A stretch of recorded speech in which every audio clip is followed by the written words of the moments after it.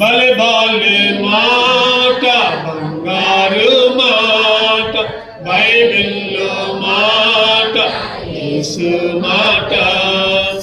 బలి బాలే మాట, బంగారు మాట, బైబిల్లో మాట, యేసు మాట. నా జీవితాన నీ జీవితాన మరువని మాట, యేసు మాట. నీ జీవితాన నా జీవితాన మరువని మాట, యేసు మాట. బలి బాలే మాట, బంగారు మాట, బైబిల్లో మాట, యేసు మాట. Praise the lord. దేవునికి స్తోత్రం. మరొకసారి దేవుడు మనల్ని తన ఆలయంలోకి నడిపించి ఆయన స్తుతించే బిడ్డలుగా, ఆయన కనపరిచే బిడ్డలుగా సిద్ధపరచుకున్నందుకే దేవునికి వేలాది వేలాది వందనములు స్తోత్రములు తెలియజేసుకునే వారిగా ఉన్నాం. రండి మనం చదువుకున్న భాగాన్ని చూద్దామండి. యోహాను సువార్త 4వ అధ్యాయం 24వ వచనం చదవండి బిగ్గరగా ఎవరైనా. యోహాను సువార్త 4:24. దేవుడు ఆత్మ కనుక ఆయనను ఆరాధించువారు ఆత్మతోను సత్యముతోను ఆరాధింపవలెనను. దేవుని ఆరాధించే వాళ్ళు ఎట్లా ఆరాధించాలి చెప్పండి? ఆత్మతో సత్యముతో, అంటే హృదయపూర్వకంగా ఆరాధించాలి. హృదయపూర్వకంగా దేవుని ఆరాధించాలి. ఈరోజు దేవుని ఆరాధించడానికి వచ్చాం మనం. ఒకప్పుడైతే దూరంగా ఉన్నాం. ఒకప్పుడైతే అన్ని చెడ్డ అలవాట్లు, చెడ్డ స్వభావాలు. ఆది కాలంలో చూస్తే జలప్రలయం వచ్చింది. జలప్రలయం, తూములు ఎప్పుపడ్డాయి, ప్రచండ వర్షం. ఏం జరిగింది చెప్పండి? ఎవరు కాపాడబడ్డారు? నోవాహు కుటుంబం. నోవాహు కుటుంబం దగ్గర నోవాహుకి 600 సంవత్సరప్పుడు వాడు చేశాడు, వాళ్ళలోకి పోయాడు. 601వ సంవత్సరంలో నీళ్ళు దగ్గర, అంటే సంవత్సరం పాటు నీళ్ళు అక్కడనే ఉన్నాయి. ఫస్ట్ ఎవరిని బయటికి పంపించాడు చెప్పండి?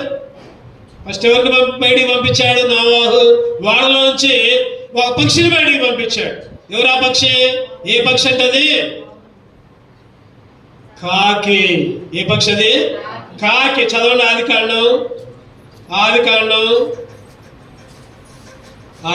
8వ అధ్యాయం 6వ వచనం. ఆదికాండం 8:6. 40 దినములైన తరువాత నోవాహు తాను చేసిన ఓడకిటికి తీసి ఒక కాకిని వెలుపలికి పోవిడిచెను. చాలు. ఎవరిని పంపించాడు బయటికి? ఒక కాకిని. 40 రోజులైనాయంట. అంటే వర్షాలు తగ్గి 40 రోజులైనాయంట. 40 దినములు అయిన తర్వాత వాళ్ళలో నుంచి కాకిని బయటికి పంపించాడు. మళ్ళీ వచ్చిందా కాకి? చెప్పండి, మళ్ళీ వచ్చిందా? రాలా. ఈరోజు మన అంశం ఏంటంటే కాకి. ఈరోజు నువ్వు నేను మనందరం ఎటువంటి వాళ్ళం అంటే నల్ల కాకులు. ఏ కాకులు? నల్ల కాకులు. కాకి స్వభావం. ఈరోజు మన స్వభావం ఎట్లా ఉంటే, కాకి స్వభావాన్ని, నల్ల కాకి యొక్క స్వభావాన్ని మార్చి దేవుడు తన రక్తంతో కడిగి శుద్ధి చేసి తెల్ల కాకిలాగా మార్చాడు, పరిశుద్ధ కాకిలాగా మార్చాడు. నల్ల కాకి ఏ విధంగా ఉంది ఆరాధనోత్సవంలో చూద్దాం. తెల్ల కాకి, పరిశుద్ధమైన కాకి ఎలా ఉండాలో బలవర్తమానంలో చూద్దాం. క్లుప్తంగా దేవుడిచ్చిన సందేశం మేరకు. నల్ల కాకి, ఒకప్పుడు ఆ కాకి ఎట్లా ఉంది, ఆ కాకి యొక్క స్వభావం ఎట్లా ఉంది చూద్దామండి. 8:7 ఆదికాండం 8:7 చదవండి. ఒక కాకిని వెలుపలకి పోవిడిచెను, అది బయటికి వెళ్ళి భూమి మీద నుండి నీళ్లు ఇంకిపో వరకు ఇటు అటు తిరుగుచుండును. భూమి మీద నీళ్లు ఇంకిపోవు వరకు. 5వ వచనం చూస్తే నీళ్లు 10వ నెల దాకా ఉన్నాయంట. 10వ నెల వరకు క్రమముగా తగ్గుచూ వచ్చెను. 10వ నెల మొదటి దినమున కొండల శిఖరాలు, అంటే భూమి మీద కొండలు ఎంత ఎత్తుంటాయో చూడండి ఒకసారి. అంటే కొండల దాకా మునిగిపోయాయి. 10 నెలల దాకా భూమి కనపడాల, కొండలు కూడా కనపడాల. సపోజ్ మన దగ్గర ఉన్న ఒక కొండ చెప్పండి. ఒక కొండ దగ్గరలో మనకి భీమవరం దగ్గర ఒక కొండ ఉంది. ఆ కొండ అంచు కనపడదంట. అంటే అక్కడ దాకా నీళ్ళు వచ్చినాయి భూలోకం మొత్తం. 10వ నెలలో కొండల అంచు శిఖరము కనబడింది. అంటే ఆ సమయంలో తర్వాత మళ్ళీ ఏమైందంట, 10వ నెల మీద మొదటి దినంలో కొండల శిఖరంలో కనబడిన 40వ దినం మళ్ళీ 40 దినంలో అయిన తర్వాత నోవాహు తాను చేసిన ఓడ కిటికీ తీసి ఒక కాకిని వెలుపలకు పోవిడ్చును. అది బయటకు వచ్చి ఇటు అటు తిరుగుచుండెను. ఈరోజు నువ్వు నేను కూడా కాకిలాగానే అటు ఇటు తిరుగుతూ ఉంటాం. ఒక నిలకడ లేదు, ఒక స్థిరత్వం లేదు. కాసేపు ఇటు మాట్లాడతాం, కాసేపు అటు మాట్లాడతాం, కాసేపు ఇటుపోతాం, కాసేపు అడిపోతాం. ఇటు అటు తిరిగే స్వభావం మంది. కాకిలాగానే ఇర్మియా గ్రంథం 4వ అధ్యాయం 1వ వచనం. ఇర్మియా గ్రంథం 4వ అధ్యాయం 1వ వచనం చదవండి. ఇదే యెహోవా వాక్కు, ఇశ్రాయేలు నీవు తిరిగి రానుద్దేశించి నా యొద్దకే రావలను. నీవు ఇటు అటు తిరుగుటం మాని నీ హేయ క్రియలను నా సన్నిధి నుండి తొలగించి. దేవుడు చెబుతున్నాడు కదా, ఏమంటున్నాడంటే ఇటు అటు తిరుగుట మాని. ఇటు అటు తిరిగే స్వభావం మంచిది కాదు. ఒకప్పుడు నువ్వు నేను కూడా ఇటు అటు తిరిగాం. ఆ కొండ అంటే ఆ కొండ, లేకపోతే ఆ గుట్ట ఈ గుట్ట, లేకపోతే ఫలానా దగ్గర మంత్రం అంటే మంత్రం, లేకపోతే ఇంకా చేతులకి నలతాళ్ళు అంటే నలతాళ్ళు. అయ్యో ఎక్కడ పడితే అక్కడ పోయాం. ఒక ఆమంట ప్రపంచం అంతా తిరిగి వచ్చిందంట. ఎక్కడ బాగా డబ్బులన్నీ ఖర్చు అయిపోయినాయి. ఎవరామా చెప్పాలి? శైని కరెక్ట్ చెప్పి, రక్తస్రావము కలిగిన స్త్రీ ఎక్కడికో పోయింది, ఏదేదో చేసింది, ఉన్న డాక్టర్లు అందరి దగ్గరికి పోయింది. కానీ బాగైందా? బాగాలు రక్తం ధార కట్టల. చివరికి యేసుక్రీస్తు దగ్గరకు వచ్చింది. చివరికి ఎక్కడికి వచ్చిందంటే దేవుని దగ్గరకు వచ్చింది స్వస్థత. అందుకని అంటున్నాడు దేవుడి యెహోవాకు, ఇశ్రాయేలు నీవు తిరిగి రానుద్దేశించేలా నా యొద్దకే రా.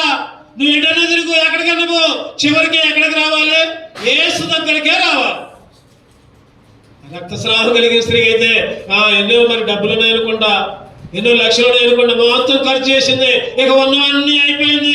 చివరికి యేసు దగ్గరికి వచ్చింది. ఇటు అటు తిరిగింది, అడిపోయింది. చివరికి యేసు దగ్గరికే వచ్చింది. ఈరోజు నీవు నేను కూడా ఇక్కడ ఒక మాట ఉంది, హేయ క్రియలను. ఏంటంట? హేయ క్రియలు. ఒకప్పుడు నువ్వు నేను ఇటు అటు తిరిగే వాళ్ళం, హేయ క్రియలు చేసే వాళ్ళం. ఈరోజు దేవుని దగ్గరికి నడిపించి, దేవుని మందిరంలోకి నడిపించి, దేవుని ఆరాధించే విధంగా చేసుకున్నాడు. హబక్కూకు 3వ అధ్యాయం 6వ వచనం. హబక్కూకు చదవండి. హబక్కూకు 3వ అధ్యాయం 6వ వచనం, 771 పేజీ నంబర్. ఆయన నిలబడగా భూమి కంపించును, ఆయన చూడగా జనులందరూ ఇటు అటు తొలుగుదురు. జనులందరంట ఎట్లా అంట? ఇటు అటు తొలగిపోయే వాళ్ళగా. అయ్యా ఒకప్పుడైతే ఇటు అటు తొలగిపోయేవాడిగా ఉన్నాను ఆయన. నేను ఒకప్పుడైతే ఇటు అటు పోయి నీకు దూరంగా ఉన్నాను ఆయన. కాకిలాగా. కాకిని నోవాహు బయటికి పంపిస్తే అదేం చేసిందంటే ఇటు అటు తిరుక్కుంటా అక్కడనే ఉంది, కానీ లోపలికి రాట్లా. ఈరోజు చాలా మంది కూడా ఇటు అటు తిరిగి మందిరానికి లోపలికి రావట్లేదు. మందిరం బయటనే జీవితం. ఒకప్పుడు నువ్వు నేను కూడా అంతే. మందిరంలోకి వచ్చేవాళ్ళం కాదు, దేవుని ఆరాధించేవాళ్ళం కాదు, దేవుని స్తుతించేవాళ్ళం కాదు. కాకి లాంటి స్వభావం, ఇటు అటు తిరిగే స్వభావం. 601వ సంవత్సరంలో అంటే అప్పుడు నీళ్లు బయటకు వచ్చినాయి. తర్వాత ఏం చేశారంటే పావురాన్ని బయటకు పంపించాడు. కాకి రాకపోయేసరికి ఎవరిని బయటకు వదిలిపెట్టిందంటే పావురం బయటకు వదిలిపెడితే బయట ఉంది. ఆ పావురం లేదు, బయటంతా బాగల పరిస్థితి. కాకి కంటే ఇష్టం అది, పావురానికి ఇష్టంలే. వెంటనే వచ్చింది. మళ్ళీ కొన్ని రోజులైన తర్వాత మళ్ళీ పావురాన్ని పంపించాడు. ఈసారి పావురం ఒక ఆకుని తీసుకుని వచ్చింది, అంటే నీళ్లు తగ్గినట్టు గుర్తు. మళ్ళీ మూడోసారి కూడా పావురాన్ని పంపించాడు. ఈసారి మళ్ళీ పావురం రాలా, అంటే నీళ్లు ఇంకిపోయాయని అర్థం. అక్కడ ఉంటుంది ఒక మాట, 8వ అధ్యాయం 13వ వచనం కావండి. ఆదికాండం 8. మరియు 601వ సంవత్సరం తొలి దినమున నీళ్లు భూమి మీద నుండి ఇంకిపోయాను. నోవహు ఓడ కప్పు తీసి చూసినప్పుడు నేల 601వ సంవత్సరంలో 7వ అధ్యాయంలో ఒక మాట చూద్దామండి. 7వ అధ్యాయం 6వ వచనం చదవండి. ఆ జల ప్రవాహం భూమి మీదకి వచ్చినప్పుడు నోవహు 600 ఏళ్ల వాడు, 600 సంవత్సరాలంట, 600 ఏళ్ల వాడంట. అంటే 600వ సంవత్సరంలో జల ప్రవాహం వచ్చింది, 601వ సంవత్సరంలో నీళ్ళు ఆరిపోయినాయి. అంటే సంవత్సరం దాకా నీళ్ళు అంతే ఉన్నాయి. మనకు కనుక తుఫాను వస్తే ఒక 2 రోజులు 3 రోజులు తుఫాను వస్తే ఒక 2 రోజులు అంతే ఉంటాయి, నీళ్ళు ఆరిపోవు. రేపు ఎల్లుండి ఎల్లుండి భయంకరమైన తుఫానులు అంట. తుఫాను వచ్చే ముందంట వాతావరణం ప్రశాంతంగా ఉంటుందంట. సెలవులు ఇచ్చారు, స్కూల్లో కూడా సెలవులు ఇచ్చారు. అన్ని స్కూల్లో కలెక్టర్ ఆర్డర్ ఇచ్చారు. కృష్ణా జిల్లా, ఎన్టీఆర్, ఇంకా కొన్ని జిల్లాలకి ఎవరు బయటికి రావద్దు, పిల్లలు ఎవరు. రేపు 28, 29, 30 తుఫాను వచ్చే ముందు ప్రశాంతంగా ఉంటుందంట వాతావరణం. అంటే ఇవాళ మొత్తం చాలా మంచిగా ఉంటుంది వాతావరణం. మరి మన ఏరియాకి కృష్ణా జిల్లా, ఎన్టీఆర్ జిల్లాలో బోర్డర్లో ఉన్నాం కాబట్టి మన ఏరియాకి వచ్చిందో లేదో తెలియదు, కానీ అటు పక్క మాత్రం ఫుల్ భారీ వర్షాలు. అంటే సంవత్సరం దాకా నీళ్ళు ఇంకిపోలా. కాకేమో ఇటువడి తిరిగింది, పావురం 2 సార్లు లోపలికి వచ్చింది, 3వసారి నీళ్ళు ఆరిపోయేసరికి బయటకు. అంటే ఇక్కడ నేను ఎందుకు చెప్పానండి ఈ మాట, కాకి లాంటి స్వభావం. ఏ స్వభావం చెప్పండి? ఇటు తిరిగే స్వభావం. ఒకప్పుడు నేను కూడా ఇటువడి తిరిగేవాడిని కాకిలాగా. కానీ ప్రభా ఎప్పుడైతే నన్ను రక్షించావో సీయోను మందిరంలో శాశ్వతముగా నేను ఆరాధించే బిడ్డగా ఉంచావు. ఒక స్థిరమైన బిడ్డగా ప్రభా నీ పొలములో ప్రభా నీ ఆహారం తినుకుంటూ, నీ భోజనము తినుకుంటూ, ప్రభా నీ ద్రాక్షరసం తాకుంటూ శాశ్వతమైన నివాస స్థలాన్ని నాకు అనుగ్రహించావు. అందుకే నిన్ను ఆరాధిస్తున్నా. 2వ చూద్దానండి. 2వ స్వభావం ఆదికాండం 8:7. అదే వచ్చిన అన్ని వచనాలకే అదే చూసుకుందాం. ఆదికాండం 8:7. ఒక కాకిని వెలుపలికి పోవిడ్చెను, అది బయటికి వెళ్ళి భూమి మీద నీళ్ళు ఇంకిపో వరకు ఇటు అటు. రెండవ తలంపు ఏంటంటే ఇక్కడ రాయబడలేదు కానీ ఇటు అటు తిరుగుతుందంటే ఈ కాకి యజమాని ఉద్దేశం నెరవేర్చలా. కాకి బయటికి పోతే బయటనే ఉంది, మళ్ళీ రాలేదు యజమాని దగ్గరికి, నోవహు దగ్గరికి రాలా. యజమాని యొక్క తలంపేరే, కాకి చేసింది వేరే. నిజంగా ఈరోజు నువ్వు నేను కూడా యజమాని ఉద్దేశాన్ని నెరవేర్చట్లా, దేవుడి ఉద్దేశాన్ని నెరవేర్చట్లా, దేవుని తలంపులు నెరవేర్చట్లా. ఈరోజు మనం ఇష్టం వచ్చిన జీవితం జీవిస్తున్నాం. దేవుడు మనల్ని ఎందుకు సృష్టించాడంటే చెప్పండి. ఆదికాండం 1లో ఒక మాట ఉంటుంది, ఆయన సర్వలోకాన్ని నింపండి, నింపి ఆయన్ని మహింపరచండి, ఆయన్ని ఘనపరచండి. అదాము అవ్వ, ఇగో మీరు సర్వలోకాన్ని నింపండి, మీ సంతానాన్ని విస్తరింపజేయండి. ఇగో వీటన్నిటికీ యజమాని మీరే, దేవుని మహింపరచండి. సర్వలోకాన్ని నింపారులే కానీ యజమాని ఉద్దేశం నెరవేర్చట్లా. దేవుణ్ణి మర్చిపోయాం. దేవుడు మనల్ని ఎందుకు పంపాడో మర్చిపోయాం. అంటే నిబంధన మర్చిపోయాం, యజమాన్ని మర్చిపోయాం. ద్వితీయోపదేశకాండం 4వ అధ్యాయం చదువురండి ఒక మాట. ద్వితీయోపదేశకాండం 4వ అధ్యాయం 4:23 ద్వితీయోపదేశకాండం 4:23 మీ దేవుడైన యెహోవా మీకు ఏర్పరిచిన నిబంధనను మరిచి, మీ దేవుడైన యెహోవా నీకు ఆజ్ఞాపించినట్లు ఏ స్వరూపము కలిగిన విగ్రహమునైనను చేసుకొనుకున్నట్లు మీరు జాగ్రత్త పడవలను. యెహోవా మీకు ఏర్పరిచిన నిబంధనను మరిచి, నిబంధన యెహోవా మీకు ఏర్పరిచిన నిబంధన అంటే దేవుణ్ణి మరిచి విగ్రహాలు. ఏముంది అక్కడ? ఒక మాట ఏముందంటే అక్కడ స్వరూపాలు అంట. ఏం చేసుకుంటున్నాం మనం? స్వరూపాలు చేసుకుంటున్నాం. మనమే ఒక బొమ్మ చేసుకుంటున్నాం, మనమే ఒక దేవుని చేసుకుంటున్నాం, ఒక చెక్కతోనో లేకపోతే ఒక రాయితోనో చెక్కుంటున్నాం, దానికి రోజు పూజ చేస్తున్నాం, దానికి రోజు దండం పెడుతున్నాం,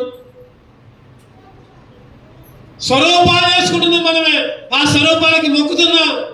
అక్కడ ఉంది నిబంధనను ఏర్పరిచి, మీకు ఏర్పరిచిన నిబంధనను మరచి, దేవుణ్ణి మరచి. ద్వితీయోపదేశకాండం 32:18 అదే ద్వితీయోపదేశకాండం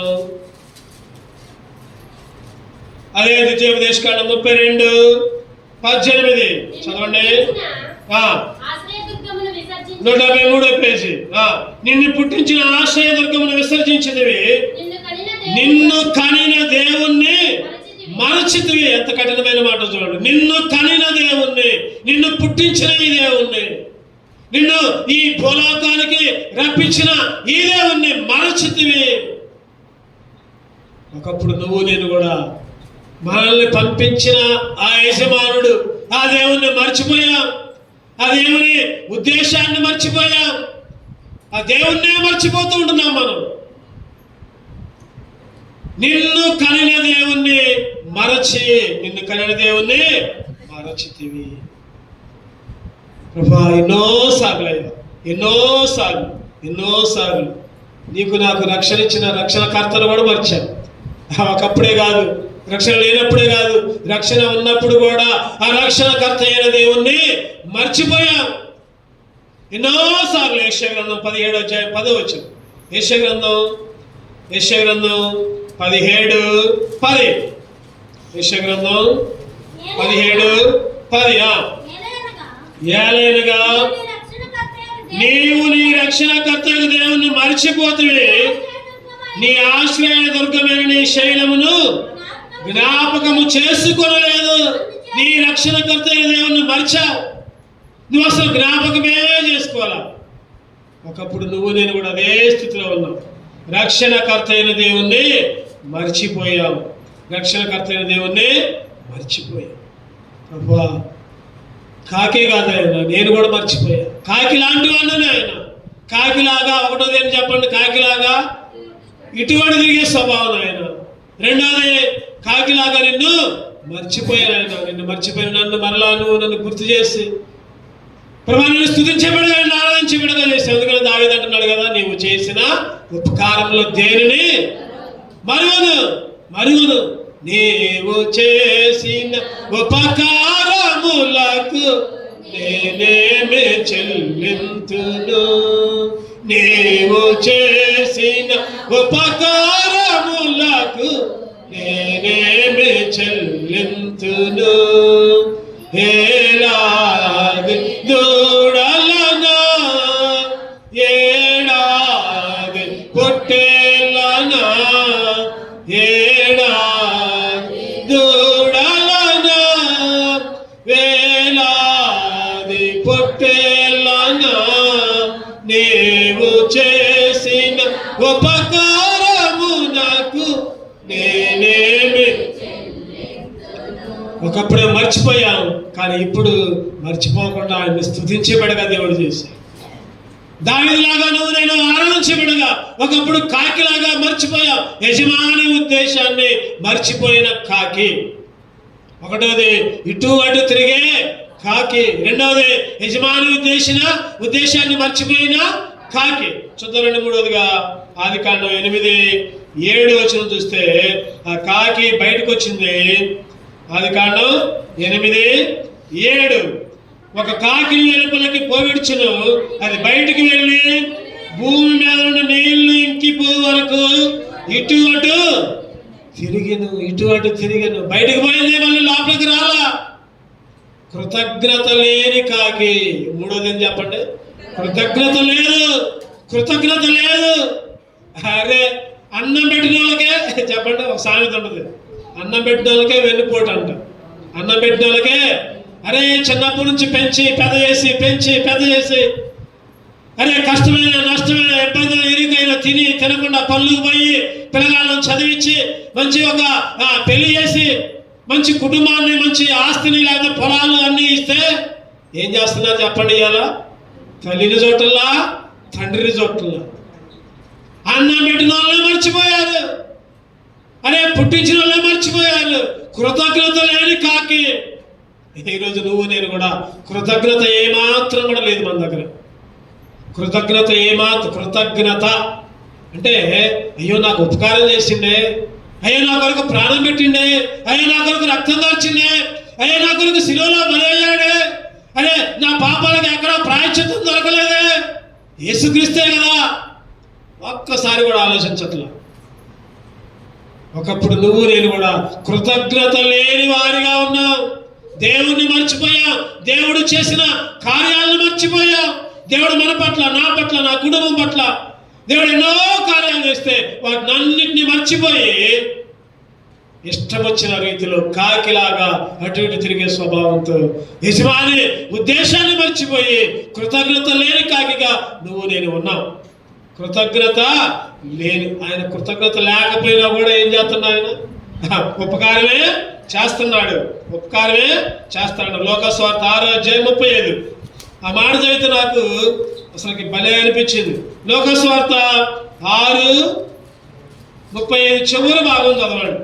చివరి భాగం, మీరు సర్వోన్నతుని కుమారుల ఎందురు ఆయన కృతజ్ఞత లేని వారి ఎడలను దుష్టుల ఎడలను ఉపకారి అన్నాడు. కృతజ్ఞత లేని వారి ఎడల, ఇంకా దుష్టుల ఎడల. కృతజ్ఞత లేకపోయినా ఆయన మాత్రం ఉపకారమే చేస్తున్నాడు, మేలే చేస్తున్నాడు. నువ్వు మందిరానికి వచ్చినా రాకపోయినా, ఒక వారం వచ్చి ఒక వారం రాకపోయినా, నువ్వు ప్రార్థనకి రాకపోయినా, ఉపవాస గుడికి రాకపోయినా, దేవుడికి వ్యతిరేకమైన పనులు చేసినా, దేవునికి దూరంగా ఉన్నా, ఆయన మాత్రం నీకు ఉపకారం చేస్తూనే ఉన్నాడు. అది గొప్ప సంగతి.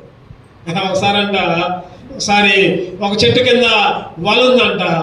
ఆ వలలోకి నౌకలు కనపడి అంట. ఆ పక్షులు ఆ నౌకలు చూడకుండా వచ్చినాయి. నౌకలు చూడకుండా వచ్చి ఆ వలలో చిక్కుని పోయాయి. అందులోకి ఆ వల ఎన్ని ఒక్కసారి ఐకమత్యం బాగున్నట్టు ఒక్కసారి ఎగిరి ఒక మూషికం దగ్గరికి అంటే ఎలుక దగ్గరకు పోయాయి. ఎలకతో ఉన్నాయి, మమ్మల్ని విడిపించి వాళ్ళ కొరకు అన్నారు. కాకులన్నీ ఏడుస్తా ఉన్నాయి, కావు అంటే ఏడుస్తా ఉన్నాయి. పాపం ఆ ఎలుక, చిన్న ఎలుక వచ్చింది, భయపడుకుంటూ వచ్చింది. అమ్మ నన్ను పొడితేయేమో అని అనుకుంది. అన్నీ అరుచుకుండా, ఓ ముషిక రాజా మా వల విడిపించు, మేము ఇక్కడ చిక్కుని పోయాం, విడిపించు. పాపం ఆ ఎలుక చిన్నగా వల కొరుక్కుంటా మొత్తాన్ని విడిపించింది. ఆ కాకుల్లో ఒక కాకి ఏం చేసిందంటే ఆ ఎలకనే పొడుచుకొని తిని చంపింది. చెప్పండి, ఆ ఎలకనే పొడుచుకొని తిని మిగిలిన కాకులన్నీ పోయాయి. ఆ ఒక్క కాకి ఏం చేసిందో ఆ ఎలకనే పొడుచుకొని తిన్నాయి. చెప్పండి, ఇప్పుడు విడిపించిన దాన్నే నిజంగా ఆ వల కొరకపోతే ఎంత ఉండే, ఎంత చచ్చిపోయాయి. పాప ఆ ఎలుక అప్పటికీ భయపడకుండా వచ్చింది. అమ్మ ఎక్కడ నన్ను పొడితే అయినా కానీ మేలు చేద్దామని అనుకుని వాళ్ళనే కొరికితే ఆ కాకి బయటకు వచ్చి పొడుచుకొని చంపి ఎగరేసుకొని పోయింది. కృతజ్ఞత లేని స్వభావం ఈరోజు నీకు నాకు కూడా. ఈరోజు దేవుడు నిన్ను ఈ లోకాన్ని పుట్టించి చక్కటి వాతావరణం ఇచ్చి గాలి, నీరు, చంద్రుడు, సూర్యుడు, చెప్పండి వాటినే దేవుళ్ళుగా. సృష్టికర్తను మర్చిపోయాం. చెప్పండి, సృష్టికర్తను మర్చిపోయాం. సృష్టినే పూజ చేస్తున్నాం. సూర్యుడికి నమస్కారం, చంద్రుడికి పూజలు, చెట్టుకి పూజలు, కొండకి పూజలు అవన్నీ దేవుడు పుట్టించినాయి. దేవుడు ఈ లోకాన కలుగుగాక కలుగుగాక కలుగుగాక అంటే కలిగినాయి. అది కానీ 1వ అధ్యాయం ప్రకారం వాటినే పూజ చేసుకుంటూ, వాటినే మొక్కుంటూ సృష్టికర్తను మర్చిపోయి సృష్టిని పూజ చేసిన స్థితిలో కృతజ్ఞత లేని వారిగా ఏ స్థితిలో ఉన్నాం మనం? కృతజ్ఞత లేని వారిగా, కృతజ్ఞత లేని వారిగా అయినా కానీ ఆయన ఉపకారం చేస్తున్నాడు. అందుకనే యెషయా 57:19 చూస్తే యెషయా గ్రంథం 57:19 వారిలో కృతజ్ఞతా బుద్ధి పుట్టించచ్చు, దూరస్తులకును సమీపస్తులకును సమాధానమని చెప్పండి. ఏం చేశాడు దేవుడు? కృతజ్ఞత లేని వారికి ఏ బుద్ధి పుట్టించాడు? కృతజ్ఞతా బుద్ధి పుట్టించాడు. అది గొప్ప సంగతి. అందుకు దేవుణ్ణి ఆరాధించాలి. ఇలా ఎందుకు దేవుణ్ణి ఆరాధించాలంటే దేవుడు ఆత్మ కనుక ఆయన ఆరాధించేవారు ఆత్మతో సత్యముతో. ఎందుకు? 1వ చెప్పండి, కాకి లాంటి స్వభావం, ఇటు అటు తిరిగే. సీయోను మందిరంలో దేవుని ఆరాధించే బిడ్డగా ఇటువంటి తిరిగే పనిలాయక దేవుని మందిరంలోకి రావడం, ఆరాధించడం. 2వది, యజమాని ఉద్దేశాన్ని మర్చిపోయిన కాకిలాగా ఉన్నాం. ఇప్పుడు ఆయన జ్ఞాపకం చేసుకుంటూ, ప్రభా నువ్వు వస్తావు, నన్ను ఈ లోకానికి పంపించావు, నేను నీ కొరకే జీవించాలి, జ్ఞానాన్ని ఇచ్చాడు. 3వది, కృతజ్ఞత లేని వారిగా ఉన్నాం, అయినా కూడా ఉపకారం చేసుకుంటూ కృతజ్ఞతా బుద్ధి పుట్టించాడు. అందుకే దేవుణ్ణి స్తుతించాలి, అందుకే దేవుణ్ణి ఆరాధించాలి. కీర్తనలు 69:30, కీర్తనలు 69:30, కీర్తనలు 69:487 పేజీ నంబర్. ఆ కీర్తనలతో నేను దేవుని నామమును స్తుతించదును, కృతజ్ఞతాస్తుతులతో నేను ఆయనను ఘనపరచదును, కృతజ్ఞతాస్తుతులతో నేను ఆయన్ని ఘనపరచదును. అది మనం చేయాల్సింది. ఒకప్పుడైతే కృతజ్ఞత లేని వారు దుష్టులు అయినా కానీ ఆయన ఉపకారం చేశాడు, మేలే చేశాడు. ఎన్నోసార్లు తిరగబడ్డాం, అయినా కానీ మేలే చేస్తున్నాడు. కానీ దేవా తండ్రి మొరపెడతా మొర విన్నాడు, ఆలకించాడు. నువ్వు నాకు ప్రార్థనకు రాట్లా, నేను నీకు చేయను అంట్లా, నువ్వు నన్ను స్తుతించట్లా, వర్షాన్ని కురిపించను అంట్లా. ఎండ వాన చలి వాతావరణం మారలు, కాలాలు మారలా, అన్నీ దేవుడిచ్చినాయే. అటువంటి మనకి కృతజ్ఞతా బుద్ధి పుట్టించాడు. ఇంకా ఆయన కృతజ్ఞతాస్తుతులతో ఆరాధించేవాడిగా చేసుకున్నాడు. అందుకే దేవుణ్ణి స్తుతించాలి. 4వ చూద్దారండి. 4వది ఆదికాండం 8:7. ఆదికాండం 8:7. కాకిని వెలుపలకు పోయి విడిచెను, అది బయటకు వెళ్ళి భూమి మీద నుంచి నీళ్ళు ఇంకిపో వరకు ఇటు అటు తిరుగుచుండును. 4వదిగా నా తలంపు ఏంటంటే, చెప్పిన మాట వినని కాకి, చెప్పిన మాట వినలా, లోబడలా, తిరగబడదు. ఒక మాట చెప్పాలంటే తిరగబడ్డదు, నోవాహుకు తిరగబడ్డదు. చెప్పిన మాట వినలా, బయటికి పంపించాడు. మరి నీళ్ళు ఇంకిపోలేదయ్యా అని ఏదో ఒక కర్రో లేకపోతే ఉట్టుకొచ్చినా పర్వాలా. కాకి అయిపోయిన తర్వాత పావురాన్ని బయటకు వస్తే పావురం చెప్పినట్టు చేసింది. కాకి చెప్పిన మాట వినలా, లోబడలా. మనం కూడా నేను కూడా ఎన్నోసార్లు లోబడలా దేవునికి, దేవుని మందిరానికి లోబడలా, దేవుని వాక్యానికి లోబడలా, దేవునికే విరుద్ధంగా ఉన్నాం. అంటున్నాడు కదా, లోబడనొల్లని పిల్లల వైపు దినమంతా నా చేతులు. యెషయా గ్రంథం 65:2 చూద్దామండి. యెషయా గ్రంథం 65:2. యెషయా గ్రంథం తమ ఆలోచనలు అనుసరించి చెడు మార్గమును నడుచుకొనొచ్చు, లోబడనొల్లని ప్రజల వైపు దినమంతా నా చేతులు చాచుచున్నాను. ఒకప్పుడు లోబడలా. నిర్గమకాండం 32:9-10 చూస్తే ఇశ్రాయేలు కూడా లోబడలా. ఒక దోతుని ఒక బంగారపు దూడం చేసుకొని పూజ చేశారు. దేవుడికి కోపం వచ్చింది. చదవండి 32:9 నిర్గమకాండం నిర్గమాకాండం 32:9.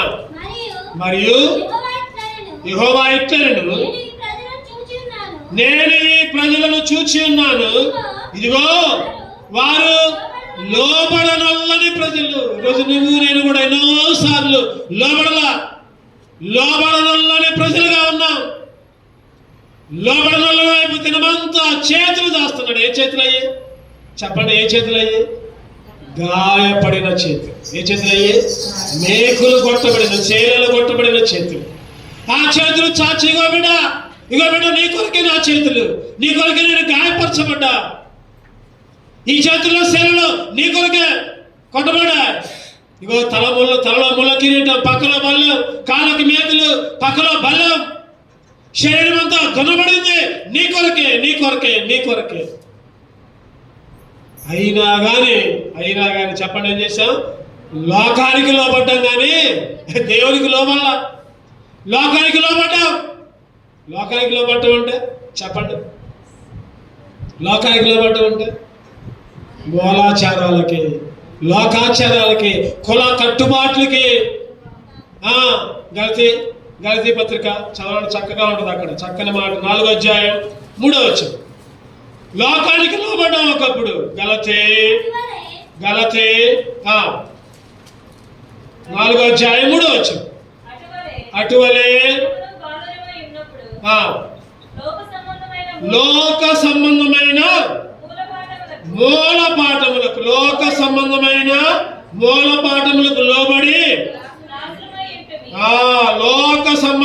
మూల పాఠములకు లోబడి దాసులమైంటివి.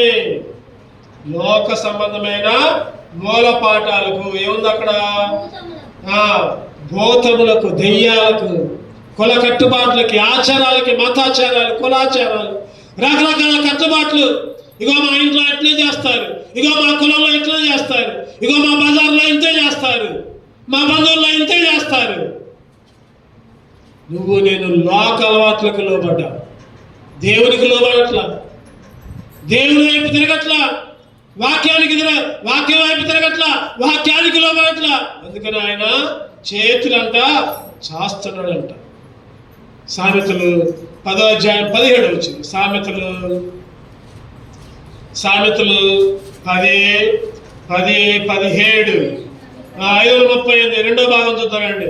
గద్దింపులకు లోబడిన వాడు త్రోవ తప్పును. గద్దింపుకి లోబడిన వాడు ఒక్కోసారి గద్దిస్తే, ఒక్కోసారి వాక్య ప్రకారం హెచ్చరిస్తే లోబడకుండా ఏం చేస్తారంటే వాళ్ళు త్రోవ తప్పిన వాళ్ళుగా ఉంటారు. యెషయా గ్రంథం 30వ అధ్యాయం 1వ వచనం.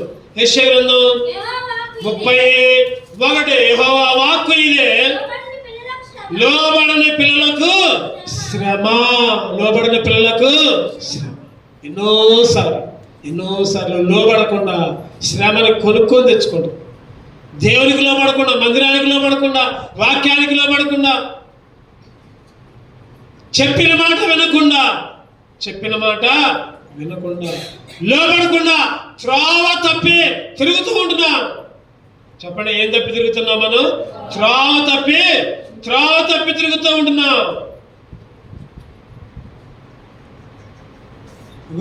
ఇదే సరైన త్రోవ, ఇదే సరే. ఒక్కోసారి అంట గొర్రెలు అంట త్రోవ తప్పుతూ ఉంటాయంట.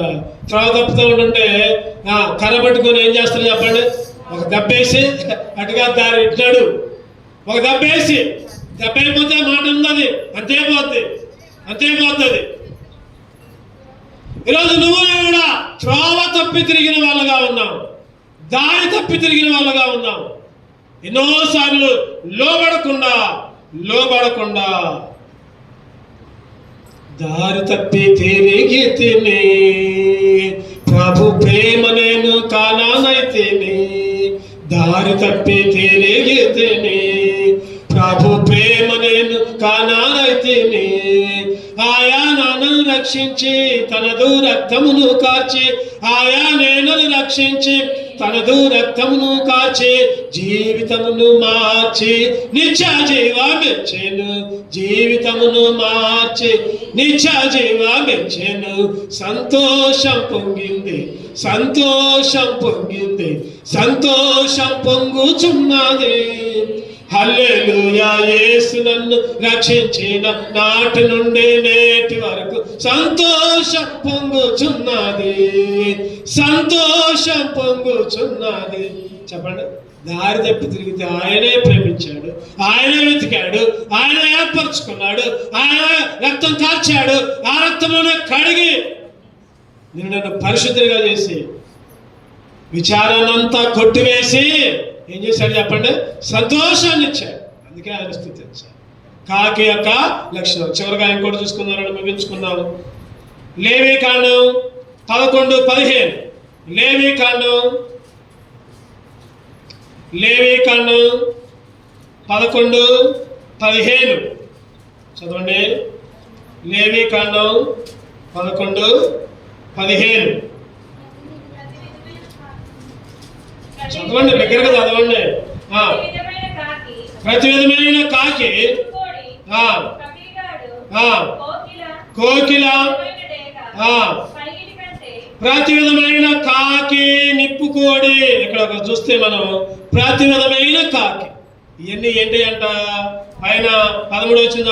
పక్షుల్లో వీటిని హేయములుగా, హేయములుగా అంటే ప్రతి విధమైన కాకి హేయమైనదే, అపవిత్రమైనదే. చివరి లక్షణం కాకిది ఏంటంటే అసహించుకునే లక్షణం. అపవిత్రమైన కాకి, హేయమైన కాకి. 5 లక్షణాలు చెప్పండి. ఒకటోది ఇప్పుడు ఇటువంటి తిరిగే, రెండవది యజమాని ఉద్దేశాన్ని మర్చిపోయిన కాకి, యజమాని ఉద్దేశాన్ని మర్చిపోయిన కాకి. మూడవది కృతజ్ఞత లేని కాకి. నాలుగవది చెప్పిన మాట వినని కాకి. ఐదవది అపవిత్రమైన కాకి. ఈ 5 లక్షణాలు ఒకప్పుడు నీకు నాకు ఉన్నాయి. ఈ 5 లక్షణాలు నీకు నాకు ఉన్నాయి. ఒకప్పుడు మన లక్షణాలు అయ్యి అపవిత్రమైన వాళ్ళం. ఏ మాత్రం కూడా అపవిత్రత లేదు. యెషయా గ్రంథం 64:6. యెషయా గ్రంథం చక్కటి మాట రాయబడి ఉంటున్నాడు. యెషయా గ్రంథం 64:6. మేమందరమును అపవిత్రుల వంటి వారమైతిమి, మా నీతి క్రియలను మురికి గొడవలే ఆయన. మేమందరము అపవిత్రులు. యెషయా కూడా కలుపుకొని చెబుతాడు. యెషయా మాత్రం మంచోడా? కాదు, యెషయా కూడా అపవిత్రమే. ఈరోజు నువ్వు నేను అపవిత్రమైన వాళ్ళం, మనందరం అపవిత్రులు. ఒక మాట చెప్పాలంటే అనుకుంటాం కదా, మనం ఆ దానం చేసి ఈ దానం చేసి లేకపోతే ఎక్కడికెక్కడికో పోయి మునిగి ఏదేదో బలిపేటలు అర్పించి ఆ కొండల దగ్గరికి ఈ కొండల దగ్గరికి రకరకాల ప్రాంతాల దగ్గర పోయి అన్నీ చేసి అబ్బా ఇక నేను పవిత్రంగా అయిపోయా అని అనుకుంటామంట. దేవుడు అంటున్నాడు అవన్నీ కూడా ఏంటంట, అవన్నీ ఏంటి అంట, మా నీతి క్రియలన్నీ మురికి పేలికలే. ఏంటి అంటే మురికి పేలికలే, మురికి పేలికలే. మనం చేసే నీతి అంతా మురికి. అయ్యో నేను అపవిత్రమైన వాడిని, అయ్యో నేను అపవిత్రమైన పెదవులు కలిగిన వాడిని. ఎవరు లేదు ఈ మాటలు? ఎవరు? అపవిత్రమైన పెదాలు కలిగిన వాడిని ఎవరు అంటున్నారు? చెప్పట్లే ఎవరు. అసలు ఏమాత్రం కూడా బైబిల్ నాలెడ్జ్ లేదు. ఇయాలే చర్చకొచ్చిన వాళ్ళలాగా ఉన్నారు. అయ్యో అపవిత్రమైన పెదాలు కలిగిన వాడిని. కర్రు కాల్చి పెదాలకు పెట్టగానే పవిత్రత. ఎవరనేది? యెషయా ప్రవక్త 6వ అధ్యాయంలో ఎన్నోసార్లు చదువుకున్నాం. ఎన్నో లోకంలో మాత్రం అన్నీ గుర్తుంటాయి. లోకంలో మాత్రం అన్నీ గుర్తుంటాయి. ఎన్నిసార్లు చెప్పుకున్నాం? ఒక చేతితో వింటాం, ఇంకో చేతితో వదిలిపెట్టిపోవడం. అయ్యో నేను అపవిత్రమైన పెదాలు కలిగిన ఉన్నాయా, అయ్యో నా పెదాలు అపవిత్రమయ్యా. అదే అధ్యాయంలో కాల్చి అని ఉంటుంది. ఎన్నో వచ్చిన చదువున్నామాట, ఎన్నో వచ్చిన మాట. యెషయా గ్రంథం 6వ అధ్యాయం.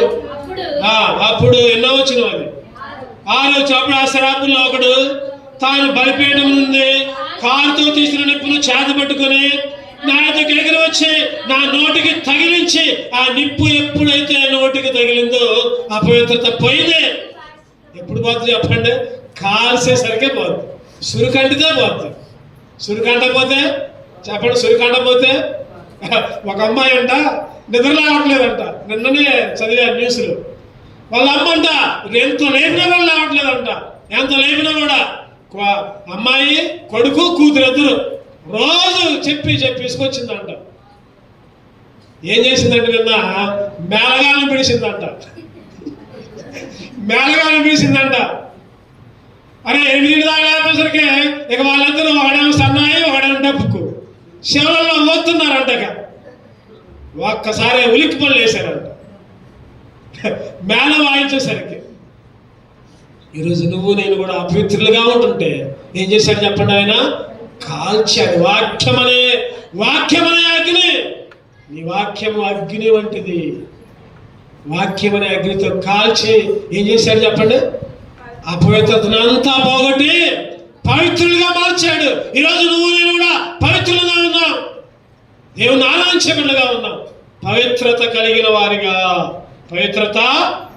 వారిగా ఈరోజు మనం చేసే మాటలన్నీ, మనం చేసే క్రియలన్నీ, మన తలంపులన్నీ, మన నడకంతా అపవిత్రం. బైబిల్లో ఉంటుంది కదా, వారు చేసిన క్రియల వలన వారు అపవిత్రులైతిరి. కీర్తనలు 106:39. కీర్తనలు 106:39 చదవండి. కీర్తనలు 106:39. తమ క్రియల వలన వారు అపవిత్రులైరి. క్రియల వలన, మనం చేసే పనుల వల్ల అసలు మనం పవిత్రులే. కానీ మన మాట, మన చూపు, మన తలంపు, మన ఆలోచన, మన నడక, మన పనులన్నీ దాని వలనే మనం అపవిత్రులైపోయాం. అటువంటి స్థితిలో కాల్చి పెదాలకు అంటించి 1 యోహాను 1:7 ఉంటుంది కదా, ఆయన రక్తం అంట.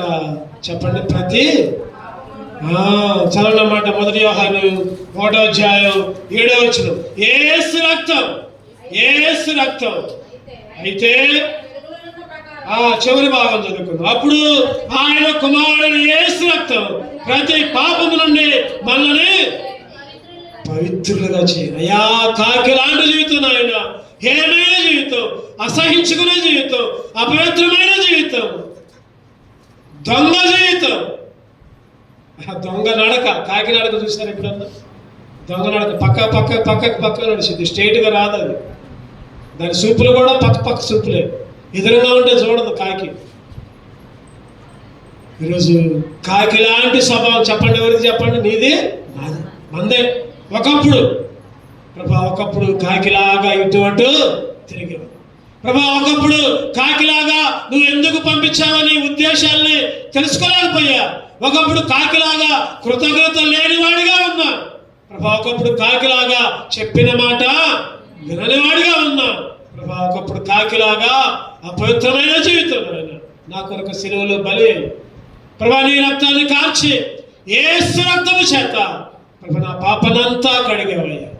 అందుకే నా విరిగిన హృదయాన్ని నీకే అర్పిస్తాను. అందుకనే దేవుడు ఆత్మ కనుక ఆయన ఆరాధించేవారు ఆత్మతో సత్యముతో ఆరాధించారు. అటువంటి ఆత్మతో సత్యంతో ఆరాధించే బిడ్డలుగా దేవుడు మనల్ని సిద్ధపరచును గాక. నిలబడదాం, పాట పాడుకుందాము.